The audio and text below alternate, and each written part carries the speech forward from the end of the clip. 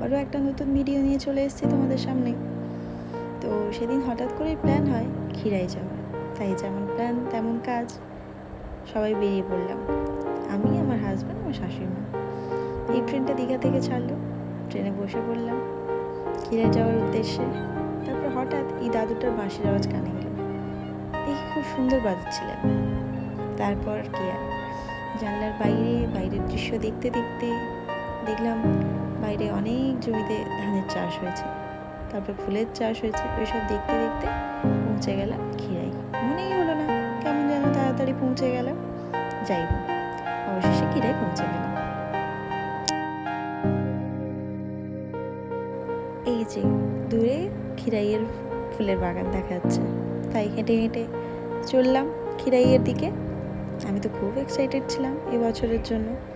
আগের বছর গেছিলাম, এটা আমার দুবারের বেলায় পড়ে গেল। এখানে অনেকগুলো দোকান ছিল, তাই আমার এই দোকানে এই ফুলটা ভালো লাগলো, তাই মাথায় লাগিয়ে নিলাম। আমার কেমন লাগছে কমেন্টে জানিয়ে সবাই। তারপর এখানে কত ফুল, এই ভিডিও ক্লিপগুলো না নিলে হয়? আমার তো খুব ভালো লাগে ফুলগুলো, তাই ভিডিও ক্লিপগুলো না নিয়ে পারলাম না। তারপর মাকেও পরিয়ে দিতে বললাম। তারপর চললাম পায়ে হেঁটে হেঁটে। এই যে হাজব্যান্ড আমাকে একটা ফুলের বুকে দিয়ে দিলেন ভালোবেসে।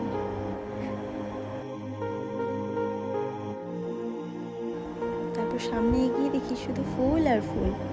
এই জন্যই বলে দ্য ভ্যালি অফ ফ্লাওয়ার। শুধু শুধু বলে না বলো? তো ফুলের বাগান দেখতে দেখতে এখানে কত রকমের ফুল, একটু একটু করে ক্লিপ নিয়েছি তোমাদের সাথে শেয়ার করবো বলে।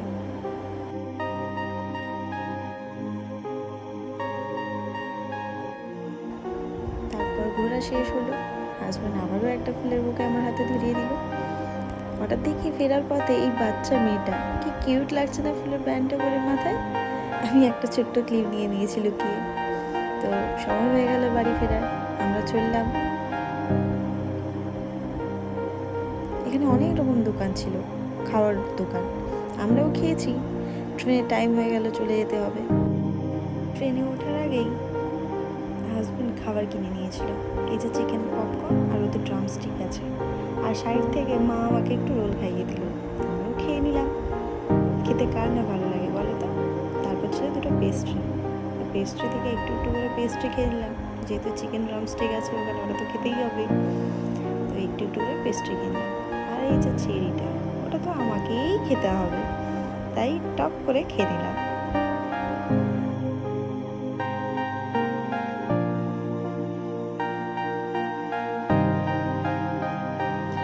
এইভাবে খাওয়া দাওয়া করে ট্রেনে বসে গান শুনতে শুনতে হঠাৎ দেখি দীঘা স্টেশনে পৌঁছে গেছি। তাই আর কি, এইভাবে বাড়ি ফিরলাম। এবার চলো টাটা, আবার একটা নতুন ভিডিওতে তোমাদের সাথে দেখা হবে। বাই।